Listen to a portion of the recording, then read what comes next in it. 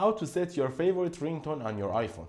Thank you for watching our video. So first you want to download the 3U tool application from the official website 3u.com. After the installation is complete, open the application and connect your device to the computer.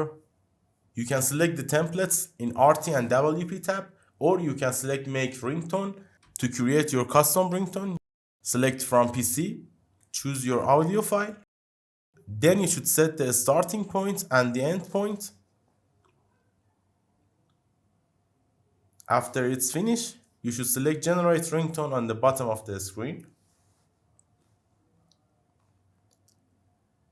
Then select Import to your device. That's it.